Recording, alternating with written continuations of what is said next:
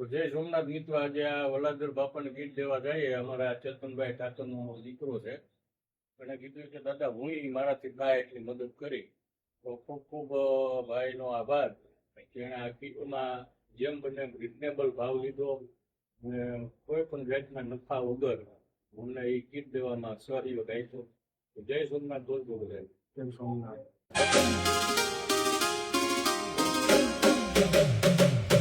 जीवन का सफर ये कठिन है प्रभु, सदा मेरे संग तू रहना यहाँ।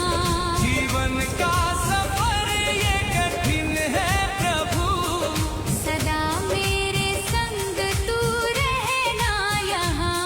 सदा मेरे संग तू रहना यहाँ। सदा मेरे संग। તો મિત્રો, આ ગિરનારી મહારાજની કૃપાથી આ વલ્લભ બાપાને જો આ તાલપત્રી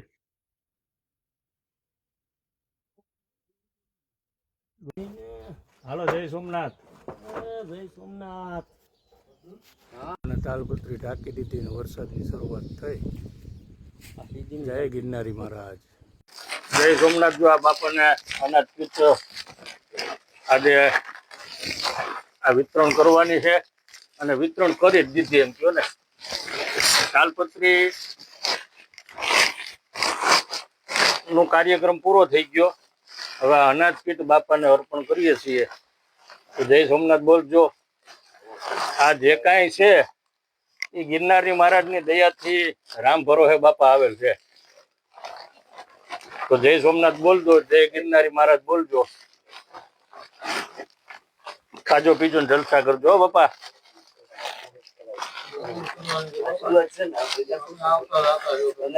અને આવતા જતા રહેવો. અને આનંદ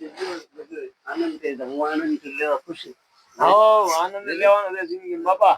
દિલ મોટા હોય ઈ જ હવે મિત્રો આપણે છે ને બાપાને કીટ અર્પણ કરી દીધી.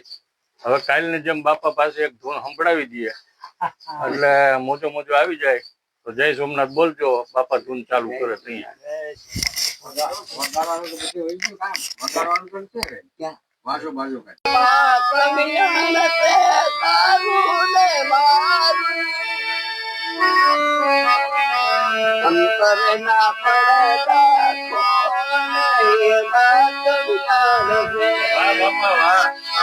હા બાપા.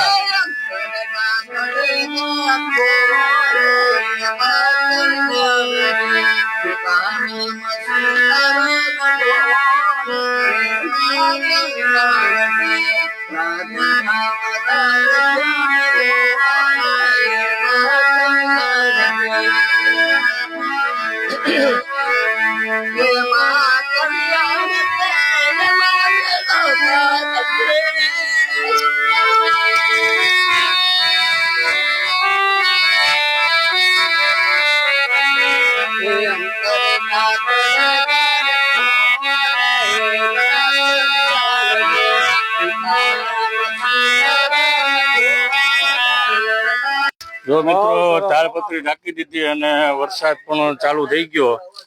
તો બાપા મોજમાં આવી ગયા. હલો આપણે બાપાને પૂછીએ કેવી મજા આવી. મિત્રો, વલાદરમાં પદુભાઈ હમીરભાઈ ચુડાસમા એ થોડી કઈ મદદ કરાવવા માટે આવ્યા હતા. આવો આપણે એને પણ પૂછીએ કે એને કેટલો આનંદ આવ્યો અને એ બાપા વિશે બે શબ્દો કે. પદુભાઈ તમે બોલો. બહુ આનંદ આવ્યો. બહુ સારું કર્યું બાપાને. બાપાથી કઈ થાય એમ ને. તમારે એટલી બહુ સારું કહેવાય. જય સોમનાથ. જય સોમનાથ. જય ગિરનારી મહારાજ. જય ગિરનારી મહારાજ. મિત્રો, આ કીટ અને જે કઈ સહયોગના દાતા છે એ ગિરનારી મહારાજ. નામઠામ કોઈ છે નહીં, રામ ભરોસે. જય ગિરનારી મહારાજ. જય ગિરનારી મહારાજ.